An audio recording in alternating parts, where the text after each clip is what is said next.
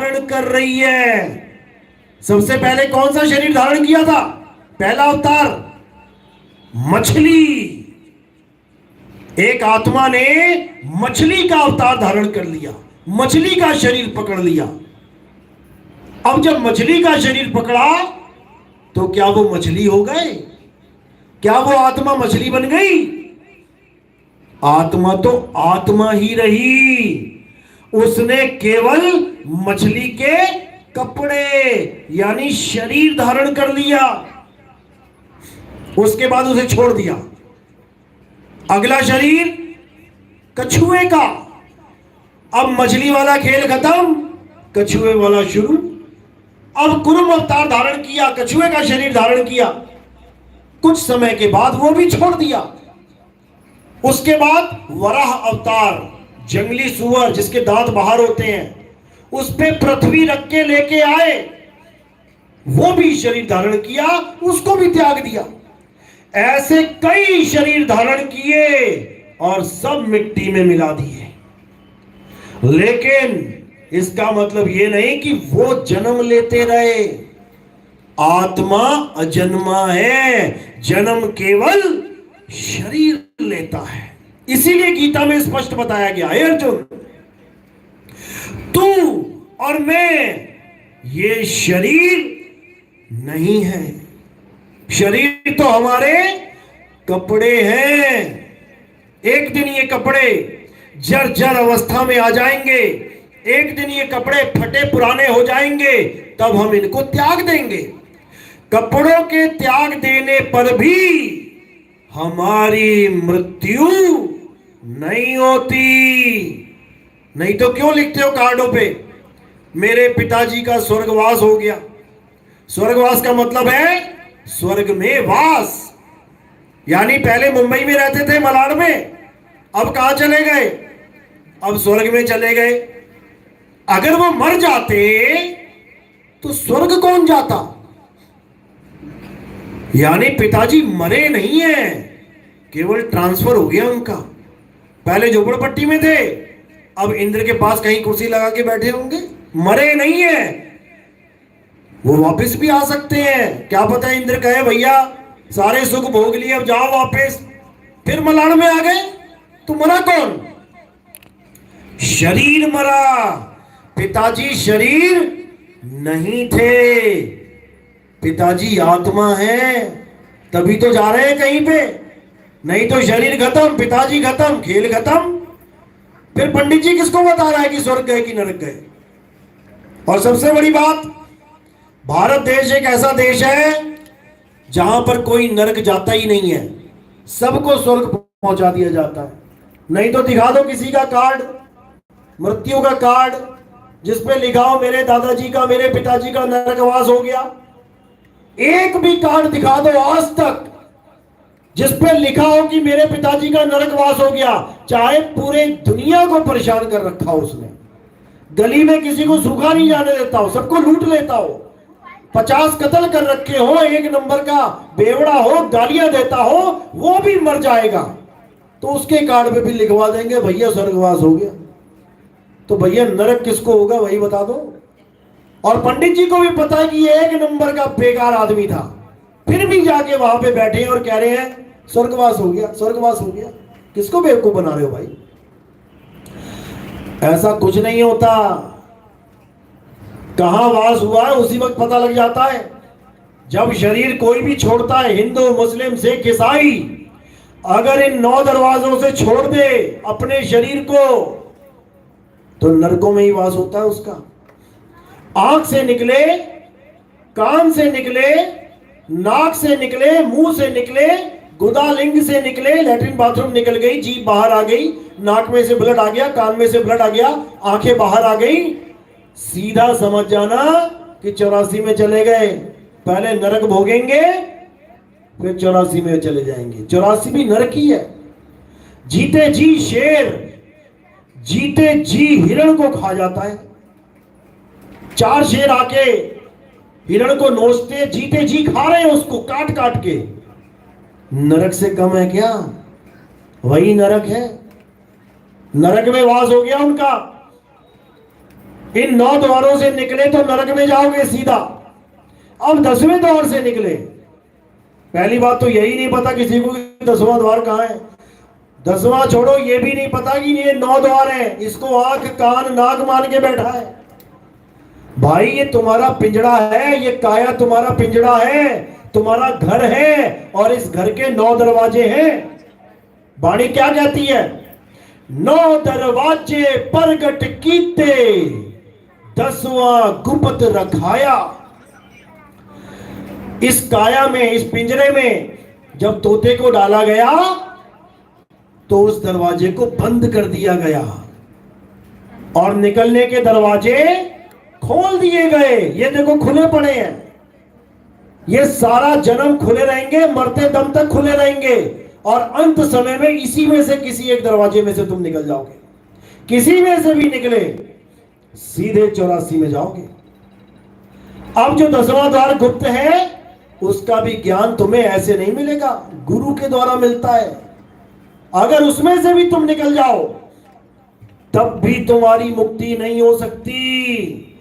गोरखनाथ, भैरवनाथ, बड़े बड़े सिद्ध तपस्वी उसी 10वें द्वार से निकले हैं। तो 10वें द्वार से निकल के कहां जाओगे? 10वें द्वार से जीव जब जाता स्वर्ग लोक में वासा पाता। 9 द्वार तो नरक की तरफ जाते हैं सीधे, 10वां द्वार जाता है स्वर्ग की तरफ। लेकिन स्वर्ग जाकर भी क्या फायदा होगा? वहां भी सारा भोग भोग के फिर नीचे आ जाओगे, उससे भी मुक्ति नहीं होगी। तो मुक्ति कहां है फिर? 11 खिड़की बनी कोई जाने संत सुजान। जो 11वीं खिड़की बोली गई है, जिसको 11वां द्वार भी बोला गया है, जिसे शब्द का द्वार बोला गया है, जिसे शब्द गुरु बोला गया है, अगर तुम उसमें समा गए, उस दरवाजे में तुम्हारी एंट्री हो गई, तो तुम्हें कोई दोबारा मां के गर्भ में डाल ही नहीं सकता। ऐसा कोई माई का लाल है ही नहीं जो फिर तुम्हें पकड़ के गर्भ में डाल दे, क्योंकि तब तुम शब्द में समा जाते हो। अरे जाप मरे अजपा मरे, अनहद भी मर जाए, सुरत समाए शब्द में, वाको काल ना खाए। 10वें द्वार से निकलने पर भी तुम्हारी मुक्ति नहीं होगी। मुक्ति कैसे होगी? 11वें द्वार में समा के होगी, सुरत समाए शब्द में। और शब्द कब मिलेगा? जब तुम्हारे जीवन में कोई शब्द भेदी गुरु आ जाएगा। मंत्र जंतर तंत्र वाला नहीं कि हिंदू गुरु पकड़ लिया तो तुम्हें राम राम करवा दे, मुसलमान गुरु पकड़ लिया तो तुम्हें अल्लाह अल्लाह करवा दे, सिख गुरु पकड़ लिया तुम्हें वाहिगुरु वाहिगुरु जपवा दे, ईसाई पकड़ लिया तुम्हें गॉड गॉड करवा दे। ये गुरु तुम्हारा कल्याण नहीं कर सकते। गुरु कौन सा कल्याण करेगा? कौन है पूरा गुरु? अच्छी तरह समझ लो। सोई गुरु पूरा कहावे, जो 2 अक्षर का भेद बतावे, एक छुड़ावे एक लखावे, तब प्राणी निज घर को जावे। अगर तुम हिंदू हो और तुम्हें परमात्मा चाहिए तो तुम राम राम जपना छोड़ दो, तब मिलेगा वो। अगर तुम मुसलमान हो और तुम्हें खुदा चाहिए तो तुम अल्लाह अल्लाह करना छोड़ दो, तब मिलेगा वो। अगर तुम ईसाई या सिख हो तो वाहिगुरु वाहिगुरु करना छोड़ दो, गॉड गॉड करना छोड़ दो। तो करना क्या है? करना क्या है? अपनी आत्मा को जानना है। उस आत्मा में ही परमात्मा का वास है। हे अर्जुन, जो अपनी आत्मा में रमण करते हैं, जो अपनी आत्मा में परमात्मा को ढूंढते हैं, केवल उन्हीं को परमात्मा मिलता है। और जो बाहर धक्के खाते हैं मंदिर मस्जिद गुरुद्वारों में, उन्हें कभी परमात्मा नहीं मिल सकता। यही कबीर साहब समझा रहे हैं कि ज्यों तिल माही तेल है और ज्यों चकमक में आग, तेरा साईं तुझ में है, जाग सके तो जाग। कहते जो तिलमाही तेल है, अब दिल तेल को ढूंढने के लिए गलियों में भटकने लग जाए तो कैसे मिलेगा तेल? तेल तिल के अंदर है। ज्यों चकमक में आग, चकमक पत्थर, उसी से आग प्रकट होती है, और वो पत्थर आग को ढूंढने चला जाए गलियों में, उसे कभी नहीं मिलेगा। तेरा साईं तुझ में है, तेरी आत्मा में ही परमात्मा का वास है, इसीलिए आत्मा अमर है। तेरा साईं तुझ में है, जाग सके तो जाग। इससे पहले कि शरीर छोड़ना पड़े, जाग जा मेरे भाई, जाग जा। अपनी आत्मा को ढूंढ, जिस कारण तू राम बोल पा रहा है। जैसे ही आत्मा शरीर से अलग हो गई, राम नहीं बोल पाओगे। उस एक आत्म देव की वजह से राम राम राम राम, अल्लाह अल्लाह अल्लाह, वाहिगुरु वाहिगुरु वाहिगुरु कुछ भी बोल लो, और अगर वो आत्मा नहीं तो कुछ नहीं बोल पाओगे। यही कुरान में बोला गया है कि अल्लाह कहां रहता है? खुद में आ तो खुदा को पा। जब खुद में आ जाओगे तो खुदा को पा जाओगे। लेकिन यह बात किसी के समझ में नहीं आती। मस्जिद दौड़ा जा रहा है 5 टाइम नमाज पढ़ने, और कुरान में क्या लिखा है कि मुझे पल पल याद कर। पूरे दिन में एक पल भी ऐसा नहीं बीते जब तू मुझे याद नहीं कर रहा है। तो बताओ, 5 टाइम नमाज तो केवल 5 ही वक्त हुई ना, बाकी समय क्या किया तुमने? इसीलिए बार बार समझाया जा रहा है कि अपनी आत्मा को जानो, 24 घंटे अपनी आत्मा में रमण करो, कहीं जाने की जरूरत ही नहीं है। लेकिन हां, मंदिर बने हैं, मस्जिद बनी, गुरुद्वारे बने, चर्च बने, जरूरी है। क्यों जरूरी है? जैसे छोटे छोटे बच्चों के लिए आंगनबाड़ी जरूरी है, एलकेजी यूकेजी क्लास जरूरी है। डॉक्टर भी बनना है तो एलकेजी यूकेजी करना पड़ेगा, इंजीनियर बनना है तो एलकेजी यूकेजी करना पड़ेगा। ऐसा नहीं हो सकता तो कि तुम डायरेक्ट ही डॉक्टर बन जाओ। इसी प्रकार मंदिर भी जाना जरूरी है, लेकिन कब तक? मस्जिद जाना जरूरी है, लेकिन कब तक? गुरुद्वारे चर्च जाना जरूरी है, लेकिन कब तक? समय निर्धारित किसी ने नहीं किया। जैसे स्कूल जाना जरूरी है, लेकिन कब तक? क्या सारी उम्र स्कूल ही जाते रहोगे क्या? कि पता लगा 90 साल का बूढ़ा भी जा रहा है स्कूल में। बाबा कहां जा रहे हो? अरे मैं 5वीं क्लास में। तो उस बाबा को क्या कहोगे? इंटेलिजेंट कहोगे, मूर्ख कहोगे? कि सारी उम्र होगी, तेरी पढ़ाई पूरी नहीं हुई, तो कमाई कब करेगा? पढ़ाई करने के लिए स्कूल में जाना होता है, और जब पढ़ाई पूरी हो जाए तो स्कूल को छोड़ देना होता है। बताओ, कौन गया 12वीं के बाद 12वीं क्लास में बैठने?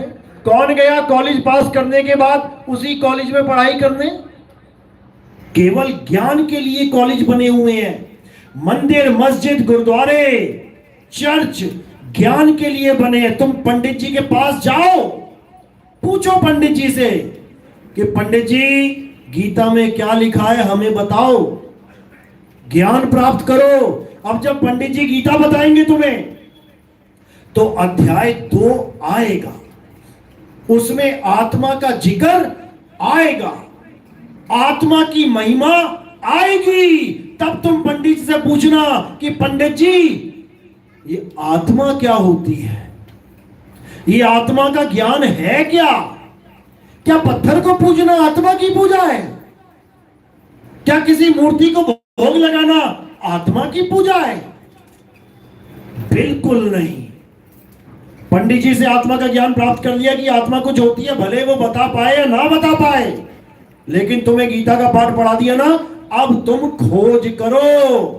पढ़ाई तुम्हारी पूरी हो गई, अब तुम्हें मंदिर जाने की जरूरत नहीं है, अब तुम्हें कमाई की जरूरत है।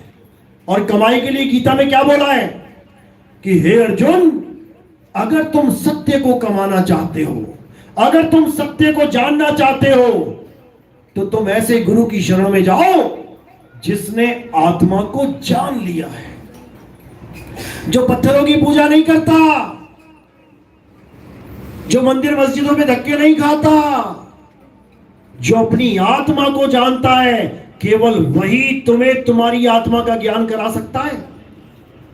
और जो आत्मा को नहीं जानता, वो चाहे 7 दिन का भागवत पढ़ के, कथा करके, आत्मा आत्मा आत्मा बोल के, अंत में एक पत्थर की पूजा करवा के चला जाएगा।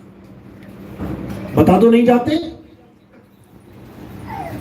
बिल्कुल उल्टा ज्ञान दिया जा रहा है। जो गीता में त्यागने की बात की जा रही है, उसकी तुम्हें पूजा करवाई जा रही है। और जो गीता में प्राप्त करने की बात करवाई जा रही है, उसका तुम्हें नाम भी नहीं सुनाया जा रहा। समझ जाओ, अभी समझ जाओ, समय थोड़ा ही बाकी है। अगर यह समय निकल गया तो मेरे भाई 84 सामने खड़ी है। फिर कुत्ता बिल्ली बकरा बनोगे और देख लो, बकरों की दुकानों पे छील के गाजर की तरह ऐसे उल्टा लटका दिए जाओगे। कोई बचाने नहीं आएगा कि ये मेरा बाप है, ये मेरा भाई है। आज तुम्हें कोई झापड़ भी मार दे, FIR करवा देते हो। लेकिन बकरे की गला भी काट दिया, कोई FIR नहीं हो रही। एक झटके में हजारों मुर्गियां काटी जा रही है गाजर की तरह, कहीं सुनवाई नहीं हो रही। कहीं उस जूनों में चले गए तो हालत खराब हो जाएगी। इसलिए बचना चाहो काल जाल से, तो छीनो शब्द हमारा। अगर बार बार जन्मने मरने से बचना चाहते हो तो मेरे शब्द को छीन लो। और शब्द क्या है? शब्द हमारा आत्म स्वरूप है। शब्द ही हमारा आत्म स्वरूप है। हम है शब्द, शब्द हम माही, हमसे भिन्न और कछु नाही। शब्द न भिन्न से देही, और कहे कबीर हम शब्द से नहीं। यानी मैं भी शब्द हूं, आप भी शब्द हो। शब्द हमारा, तू शब्द का। अरे सुन मत जा सरक, जो चाहे निज रूप को, तो शब्द ही ले परख। ऐसा गुरु धारण कर जो शब्द का विवेकी हो, पारखी हो। उस गुरु से ज्ञान ले और अपना कल्याण कर। उन गुरुओं के चक्कर में मत पड़ जाना जो हिंदी के, पंजाबी के, उर्दू के, फारसी के नाम देते फिरते हैं, जो इन 52 अक्षरी नामों को जपवा जपवा के तुम्हारा जन्म बर्बाद करना चाहते हैं। इन अक्षरों में मत उलझना। ये सारे अक्षर 52 अक्षर जीभ से निकलते हैं।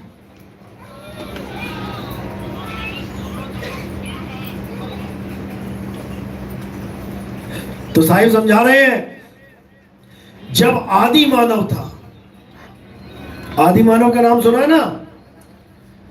कौन से ब्रांड के कपड़े पहनता था आदि मानव? कौन सी चक्की का आटा खाता था आदि मानव? कौन से कॉलेज में जाता था आदि मानव? कौन से डिपार्टमेंट में जॉब करता था आदि मानव? कुछ भी नहीं था। जानवर की तरह रहता था, नंगा रहता था, फल फूल खाता था। जानवरों को देख के मांस भी खाने लग गया। अच्छा, ऐसे पकड़ के ऐसे खाया जाता है? समझ में आ गया? 5 तत्वों में रहता था, लेकिन ज्ञान केवल 4 तत्वों का था। आकाश, वायु, धरती, पानी। 5वां तत्व उसका बोध नहीं था। कौन सा तत्व? अग्नि। इस दुनिया की पहली खोज क्या है? अग्नि। किसने करी थी? न्यूटन ने? गैलीलियो ने? किसने करी थी? आदि मानव ने। जो ना हिंदू था, ना मुसलमान था, ना सिख था, ना ईसाई था, ना हिंदी बोलता था, ना पंजाबी, ना अंग्रेजी बोलता था, ना अरबी, कोई अक्षर नहीं था उसके पास। धीरे धीरे धीरे धीरे बुद्धि विकसित होती गई। धीरे धीरे आग की खोज करी, चक्के की खोज करी, अलग अलग हथियार बनाने शुरू कर दिए, पत्थरों से, लकड़ियों से। धीरे धीरे अक्षरों की खोज करी। जो हिंदुस्तान के आदि मानव थे, उन्होंने कितने अक्षर खोजे? 52 अक्षर। अ आ इ ई उ उ ए का खा गा चा छा जा टा ठा डा टा सब खोजे। कितने? 52 अक्षर। और जो अमेरिका में थे, इंग्लैंड में थे आदि मानव, उन्होंने कितने खोजे? 26। ABCDEFGHIJK। यानी हमने खोजे 52 और उन्होंने खोजे 26। तो उनकी बुद्धि का लेवल कितना है हमारी बुद्धि से? आधा। हम लोग ने उनसे दुगना माल खोज लिया जो इसी में था। समझे? जो इसी में था। ये अक्षर कहां से आए? इसी काया से आए हैं।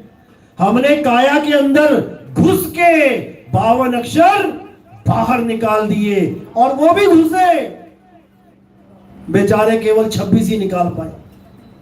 हमारा जीवन 52 अक्षरों में बीत रहा है और उन बेचारों का 26 में। तब भी हमें लगता है कि अंग्रेज बड़े इंटेलिजेंट होते हैं। अभी तुम्हें नहीं पता, जो नासा आज ढूंढ रहा है, जो तारों की गतियां देख रहा है, जो तारों के डिजाइन को देख रहा है, वो डिजाइन हमारे मंदिरों की दीवारों पे अंकित है। दिमाग घूम जाता है उनका यहां आके, बाप रे बाप, ये क्या चक्कर है। हम तो आज ग्रहों को जान पाए हैं दूरबीन की वजह से, और इनके नक्षत्र तो पता नहीं कब से चल रहे हैं। ये तो दिन वार भी पहले ही बता के बैठे हैं कि राम जन्म कब होगा और ये कब होगा, वो कब होगा। हैरान हो जाते हैं वो। क्यों? क्योंकि हमने इतनी तरक्की कर ली थी, हम भारतवासियों ने। इसीलिए विश्व गुरु कौन कहलाया आज तक? भारत ही कहलाया। क्योंकि हम अंदर घुस के तरक्की करते हैं और वो बाहर देख के। हमारे ऋषि मुनियों ने इसी पिंड में ब्रह्मांड खोज दिया और वाणी लिखी। क्या लिखी? जो पिंडे सो ब्रह्मंडे। अंग्रेज ना ढूंढ पाए इसको, वो ब्रह्मांड में जा रहे हैं, ढूंढ रहे हैं, रॉकेट बना रहे हैं, तब जाके मंगल पे जा रहे हैं। हमारे वाले अंदर से ही मंगल देख के आ गए। तो ये सब तभी हो पाता है जब मालिक की दया होती है। तो ये अक्षर जो आदि मानव ने बनाए, अगर ये अक्षर आदि मानव ना बनाता तो सोचो क्या होता। तो तुम्हारा धर्म क्या होता? हिंदू। हिंदू का हा कहां से आता अगर आदि मानव ना बनाता? मुसलमान का मां कहां से आता? राजपूत का रा कहां से आता? अरे कृष्ण का का कहां से आता? अल्लाह का आ कहां से आता? वाहिगुरु का वा कहां से आता? जैन मुनि का जा कहां से आता? बुद्ध का बा कहां से आता? ये सारे अक्षरों की देन है, आदि मानव की देन है, जो आज हम इन अक्षरों की वजह से अलग अलग जात बना के बैठे हैं, अलग अलग धर्म बना के बैठे हैं, अलग अलग गोत्र बना के बैठे हैं, शादियां भी नहीं कर रहे हैं अगर गुण नहीं मिल रहे हैं तो। ये गुण का गा कहां से आया? उन्हीं 52 में से आया। तो कबीर साहब समझा रहे हैं कि ठीक है, 52 अक्षर खोज लिए, अच्छी बात है, आविष्कार कोई भी हो अच्छा है। 50 तरह के मसाले हैं जिनके अलग अलग नाम हैं। अगर तुम्हें कह दिया जाए किसी एक दुकान पे जाके केवल 25 मसाले ले आओ, बिना बोले इशारों से ले आओगे क्या? काली मिर्च, लौंग, जीरा, इलायची, ये वो, कैसे इशारे करोगे? पागल हो जाओगे तुम भी और वो भी पागल हो जाएगा। लेकिन केवल अक्षर का सहारा लो। भैया हींग देना, भैया काली मिर्च देना, भैया इलायची देना, 2 मिनट में माल हाजिर। क्योंकि जो तुमने सीखा वही वो भी सीख के बैठा है। और चीन में चले जाओ, भैया इलायची देना है। क्या बोल रहे हो? तुम्हें चीनी भाषा सीखनी पड़ेगी। यानी ये वाले 52 अक्षर खत्म और वो वाले अक्षर शुरू। ये है अक्षरों का जाल। अब यहां तक तो समझ में आता है कि ठीक है, हमारा जीवन बहुत आसान हो गया 52 अक्षरों से। लेकिन याद रखना, इन्हीं 52 अक्षरों से हमारा जीवन संकट में भी है। कैसे? एक पानी के 4 नाम 5 नाम रख दिए, जल, वाटर, नीर, तोय, पानी। अब तुम किसी भी दुकान में जाके जो तुम्हें आता है बोल दो, भैया वाटर देना, भैया पानी देना, भैया जल देना, भैया नीर देना, भैया तोय देना। सामने वाले को कोई ऑब्जेक्शन नहीं है, ले भैया वाटर ले, पानी ले, जो मर्जी बोल के ले। लेकिन जब एक परमात्मा के अलग अलग नाम हो जाते हैं, अल्लाह, वाहिगुरु, गॉड, राम, अब समझ में आती है कहानी कि 52 अक्षर कितने खतरनाक हैं। राम वाला कहता है राम बड़ा है, अल्लाह छोटा है। अल्लाह वाला कहता है अल्लाह बड़ा है, राम छोटा है। चल गए लठ, निकल गई तलवारें। एक ही चीज के अलग अलग नाम हैं। राम वाले को पूछो, तूने राम को जाना क्या? नहीं जाना तो नहीं। तूने अल्लाह को देखा क्या? नहीं देखा तो नहीं। वाहिगुरु को देखा तूने? नहीं नहीं नहीं। तूने गॉड को देखा? नहीं। अरे तू झगड़ा क्यों कर रहे हो भाई? तू अपने अल्लाह को बुला, तू अपने वाहिगुरु को बुला, तू राम को बुला, तू गॉड को बुला। अभी देख लेते हैं कौन कौन है। जो बड़ा होगा हाइट में सारे मान जाएंगे अल्लाह बड़ा है, राम थोड़ा छोटा है। बुला तो सही। सारी उम्र भी बुलाता रहेगा तब भी नहीं आएगा। क्यों? क्योंकि वो वैसा है ही नहीं जैसा तू उसको जान रहा है। वो अल्लाह कहां है? वो तेरी आत्मा में बसा हुआ है। वो राम कहां है? वो तेरी आत्मा में बसा हुआ है, मंदिर में नहीं। वो गॉड कहां है? वो तेरी आत्मा में बसा हुआ है। वो वाहिगुरु कहां है? तेरी आत्मा में बसा हुआ है। इन चारों का नाम ही राम है। तुझ में राम, मुझ में राम, सब में राम समाया, और सबसे कर लो प्रेम, जगत में कोई नहीं पराया। अब इसी को तत्व ज्ञान में लेके आते हैं। ये तो राम हो गया, हिंदू तो खुश हो गए हैं, राम की बात कर दी। ये नहीं बोला कि अल्लाह तुझ में, अल्लाह मुझ में। अब तत्व ज्ञान में आ जाते हैं। तत्व ज्ञान कैसे बोलेगा इसे? तुझ में आत्मा, मुझ में आत्मा, सब में आत्म राम समाया, सबसे कर लो प्रेम, जगत में कोई नहीं पराया। ये है तत्व ज्ञान। अब सब में राम आ गया, आत्म राम, धनुष बाण वाला नहीं। धनुष बाण वाले राम की तो शरीर की मृत्यु हुई थी। कैसे? जल समाधि लेके। कृष्ण जी के शरीर की मृत्यु कैसे हुई? पैर में बाण लग के। तो जिसकी मृत्यु हो गई शरीर की, वो पूजनीय नहीं रहा। क्यों? क्योंकि हे अर्जुन, इस आत्मा को शस्त्र काट नहीं सकता। वो पूजनीय है जिसे शस्त्र काट नहीं सकता, जिसे पानी भिगो नहीं सकता, जिसे अग्नि जला नहीं सकती, जिसे जल सुखा नहीं सकता, हवा सुखा नहीं सकती। वो है पूजनीय। गुरु ग्रंथ साहब में भी उसी का जिक्र है। आत्म देव पूजिए, गुरु के सहज सुभाए।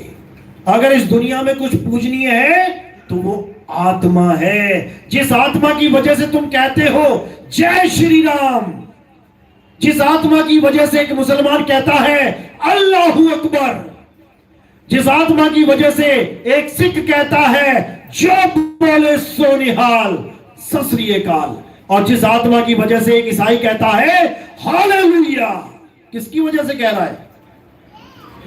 आत्मा की वजह से। इसी आत्मा को प्राप्त करना हर इंसान का धर्म है। गीता यही समझा रही है। हे अर्जुन, जो अपनी आत्मा को जान लेते हैं, असल में वो ही मुझे पहचान पाते हैं। नहीं तो लोग मुझे एक मनुष्य समझ के बैठ जाते हैं कि मैं एक मनुष्य हूं।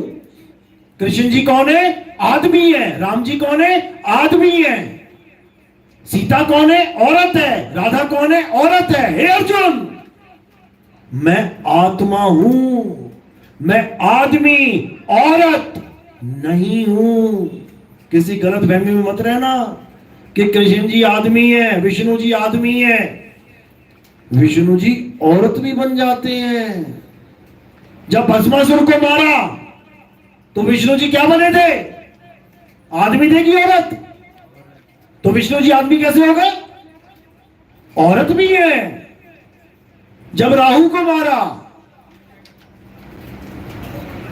तब क्या थे? आदमी औरत? औरत। तो तुम कैसे कह सकते हो कि विष्णु जी केवल आदमी है? जब मछली का अवतार लिया तो वो मछली हुए, जब कछुए का अवतार लिया कछुए हुए। तो तुम नहीं कहते कि विष्णु जी कछुआ है या विष्णु जी मछली है। आदमी का टैग लगा दिया तुमने। क्यों? क्योंकि तुम आदमी हो। तुम आदमी हो, तुम्हें भगवान भी आदमी